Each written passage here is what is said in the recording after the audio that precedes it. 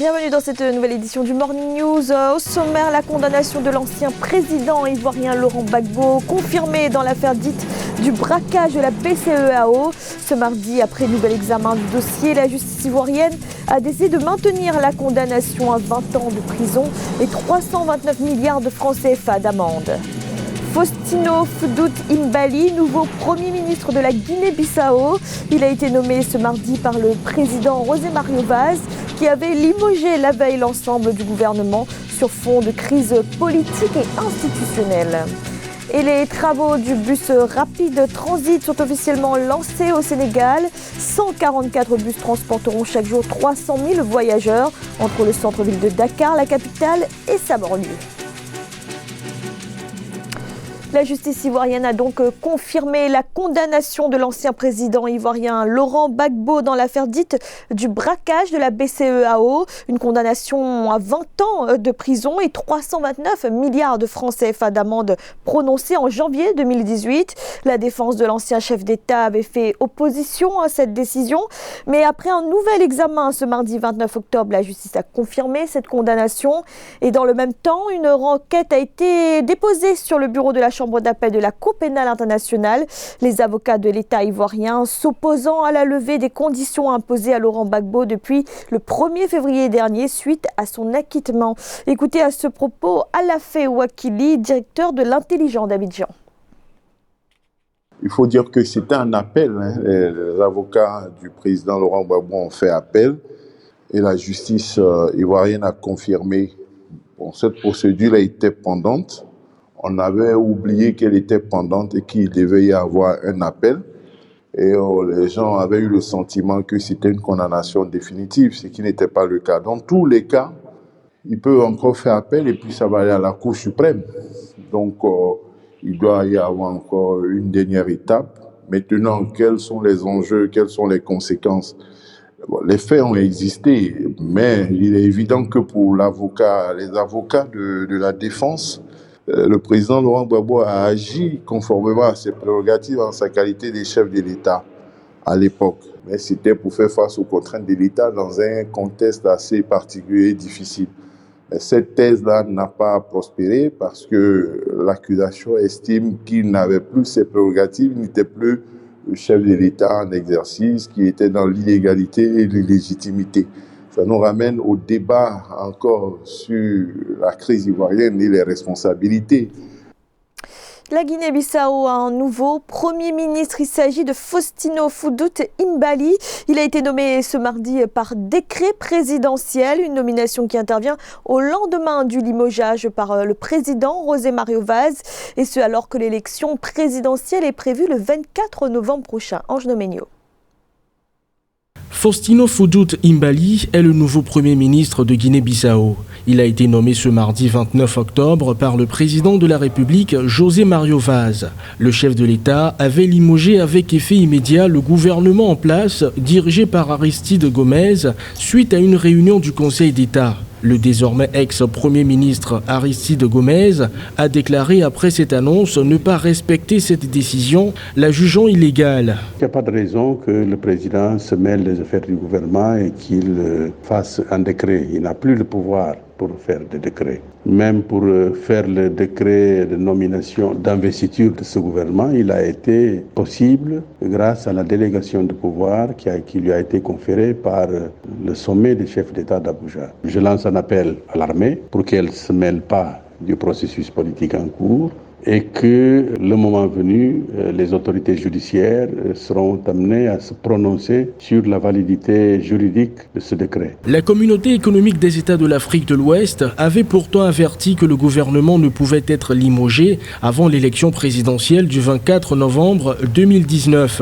Nous sommes face à une crise, face maintenant au refus de l'autre gouvernement en place que la CEDEAO veut maintenir à tout prix jusqu'aux prochaines élections. Sera-t-on dans un scénario à la libyenne avec deux gouvernements parallèles? L'armée jusqu'à présent, ça c'est le point le plus positif, est resté les casernes. Depuis quelques jours, le pays est secoué par une vague de protestations pour réclamer une révision complète du fichier électoral qui ne saurait avoir lieu sans un report du scrutin. La dernière manifestation réprimée par la police samedi 26 octobre 2019 a coûté la vie à un militant de l'opposition. C'est une infrastructure de dernière génération dont va se doter le Sénégal. Le président Macky Sall a lancé ce lundi les travaux du bus rapide transit, un projet de 300 milliards de francs CFA qui doit permettre de relier le centre-ville de Dakar à sa banlieue d'ici 2022. À terme, les 144 bus du tracé pourront transporter quotidiennement près de 300 000 voyageurs. Reportage de notre correspondant El Adjaï. Le président de la République Macky Sall a procédé ce lundi 28 octobre 2019 à Guédiawaye, la banlieue de Dakar, au lancement des travaux des bus rapides transit. D'un coût global de 300 milliards de francs CFA, ce projet, financé à 60% par la Banque mondiale, permettra de bâtir un réseau de mobilité collective qui optimise les coûts élevés des transactions économiques.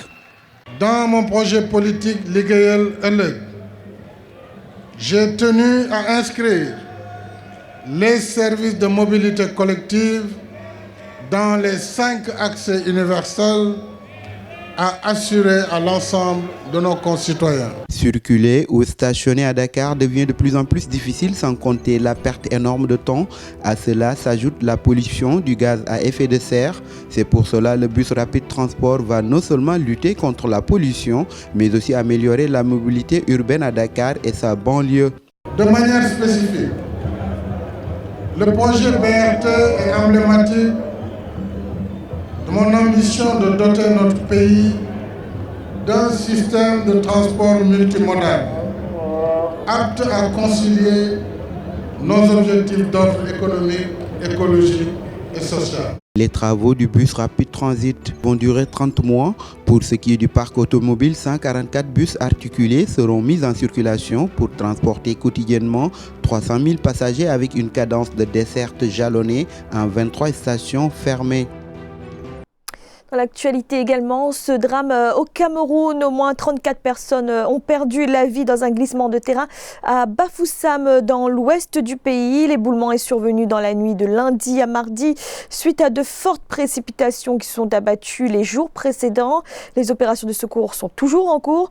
Le gouvernement a promis une aide urgente de 5 millions de francs CFA pour la prise en charge des victimes. Libreville, la capitale gabonaise, accueille jusqu'à ce 31 octobre la 12e réunion de l'Organisation des Nations Unies pour l'alimentation et l'agriculture, une rencontre sur le thème de la transformation du monde rural.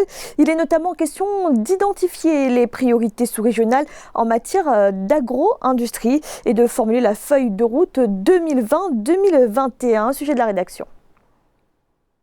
L'Organisation des Nations Unies pour l'alimentation et l'agriculture, FAO, envisage de mener des réflexions au cours d'une réunion à Libreville au Gabon sur les mécanismes à adopter en vue d'exploiter les opportunités de mobilisation des ressources pour booster la production agricole en Afrique centrale. La FAO préconise ainsi la création d'emplois pour la jeunesse, augmentant les revenus et le bien-être dans le monde rural. Le foncier, la mécanisation, la capacité de transformation continuent d'être des barrières. Ainsi, le secteur agricole qui peut aider à résorber le chômage, à lutter contre l'exode rural, à contribuer à la diversification de l'économie, se retrouve dans une situation où il ne joue pas pleinement son rôle. La FAO entend promouvoir le monde rural et renforcer le développement du secteur agricole. Il s'agira entre autres de l'identification des priorités sous-régionales des agro-industries pour 2020-2021. Si vous prenez les pays d'Afrique centrale, ont d'importantes réserves avec des terres arables. Pour qu'elles deviennent extensives, il faut qu'on sorte de l'agriculture de la grand-mère avec la machette, la houe, et qu'on passe à une agriculture qui est plutôt mécanisée. Ça permet de cultiver de vastes étendues.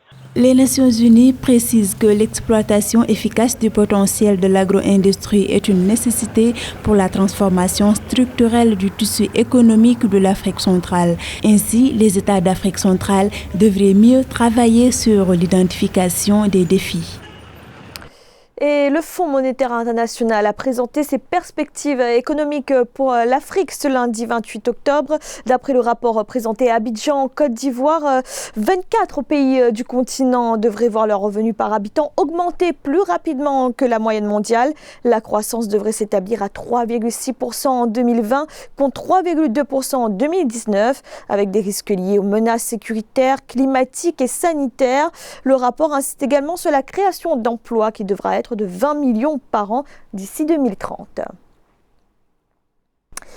Une application pour lutter contre la criminalité, c'est ce qui a été mis au point en Afrique du Sud. L'application Namola aide les citoyens en cas d'agression.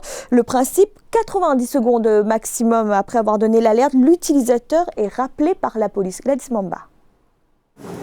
L'Afrique du Sud s'est récemment dotée d'une nouvelle arme pour lutter contre la criminalité et augmenter la sécurité des citoyens. Une application mobile dénommée Namola, téléchargeable gratuitement, qui permet d'être appelé par la police dans un délai de 90 secondes en cas d'agression. Une assistance d'urgence disponible 24 heures sur 24. J'ai appuyé sur le bouton d'urgence sur Namola. Ils ont répondu et m'ont appelé très rapidement. J'étais obligée de parler à voix basse, mais ils ont compris ce qui se passait. Nous avons continué à nous envoyer des SMS, puis Namola a envoyé de l'aide. Rapidement, 2 voitures de police sont venues et nous ont aidés et tout a été réglé. Le coupable a été mis derrière les barreaux. L'objectif de l'application Namola est de réduire le temps d'intervention de la police en cas d'agression, un temps souvent jugé trop long. Les chiffres sur la criminalité révèlent un constat d'échec des autorités dans cette lutte acharnée.